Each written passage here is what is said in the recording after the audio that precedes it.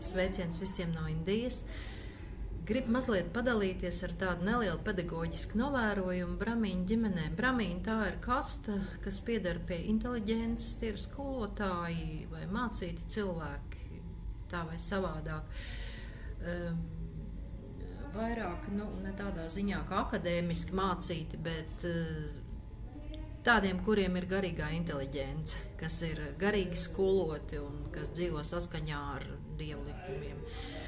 Ja nepatīk vārds dievs, tad var aizvietot ar daba, visums, absolūts ar absolūtu likumiem. Es nepiesiešos nekādiem izglītības speciāliem terminiem, stāsts būs vienkārši.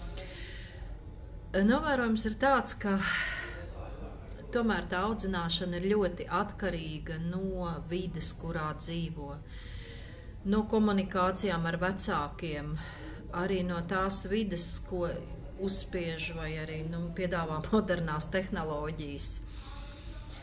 Tā sajūta ir tāda, mazliet līdzīga kā padomu laikos, kad nebija šo te moderno tehnoloģiju un bērni brīvi spēlējās viens ar otru. Jā, tam ir ļoti liela nozīme. Es atceros savu bērnību, ļoti brīvu, foršu bērnību pa lauku, viens ar otru, nevis sežot internetā, tas ir viens. Es vēroju, kā tā ģimene vispār funkcionē kopā. Pirmkārt, tas ir tāds vesels kodols vai burbulis vai kopa, kura viens otru visu laiku atbalsta.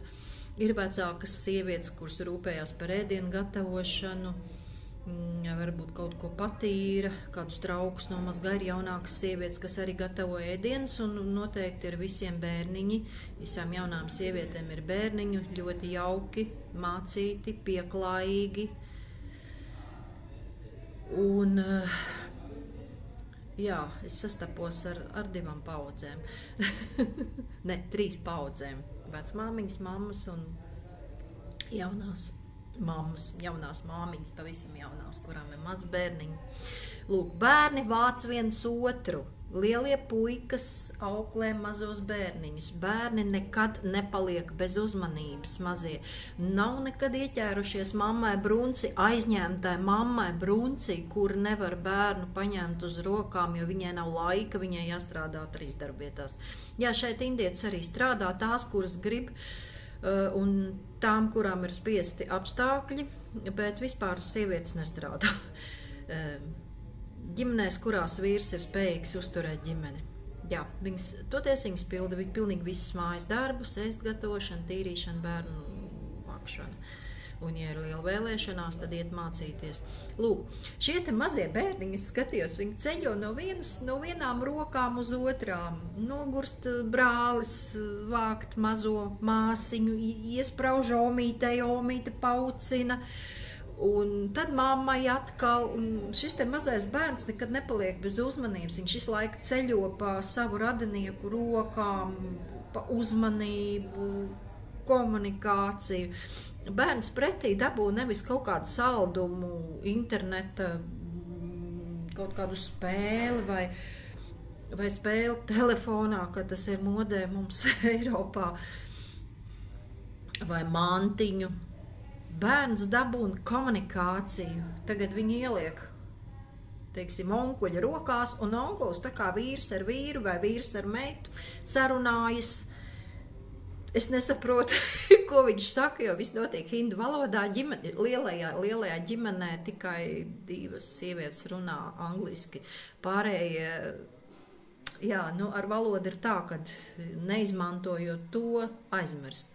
Acīm redzot, skolā ir mācījušies visi, bet vecākā paudze ne, bet tā kā es kaut ko zinu, jaunākie zina vairāk. Bet, jā, angliski runā lielā ģimenē tikai 2 sievietes. Lūk. Tā. Tātad bērniņš dabūna gribu vietā, nevis mantu vai kaut ko, bet patiesu mīlestību, komunikāciju ar kādu no ģimenes locekļiem. Un iznāk tā, ka tas bērniņam tā bildīt visu laiku mainās, viņam nav tur tas viens objekts priekšā, uz ko viņš koncentrējas, tur kaut kāda spēle vai kas visa kā ir gana daudz. Es brīnījos, ka 2 lielie puikas, vienam ir 14, vienam 12, piedalās ēst gatavošanā. Visi kalpo, visi viens otram palīdz, izdāvā no rīta apnēsā ar kafijām. Nevis kafijām, bet viņi dzer tāds čai tas saucās. Tēja ar pienu un garšvielām. Starp citu, es esmu tikus vaļā no kafijas dzeršanas, vismaz kamēr esmu šeit jau 3 nedēļas, gandrīz 3 nedēļas Indijā. Vai 2, es jau nezinu, laiks jūk. Lūk, un jaunie apnēsā, piedāvā, ēdienu piedāvā, ļoti, ļoti viesmīlīgi. Tad, kad ienāk mājās, piedāvā ūdeni, jo ūdeni iedzerot, iet uz leju viss negatīvs. Lūk, tā.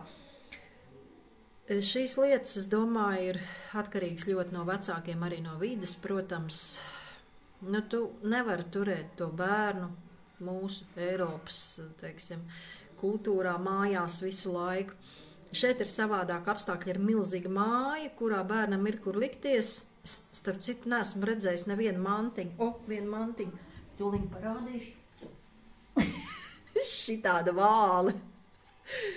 Tā ir Hanumana.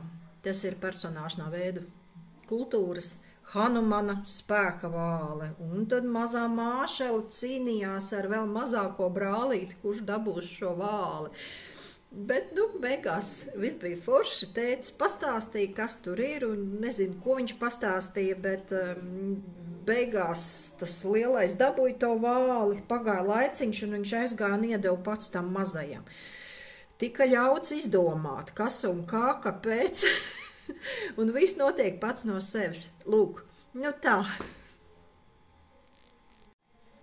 Es tiešām esmu no sirds pateicīga augstākajam radītājam par to, ka man ir tā iespēja papētīt šīs te 6 kultūras, un varbūt tā ir veiksme, varbūt tas ir iepriekš uzstrādāts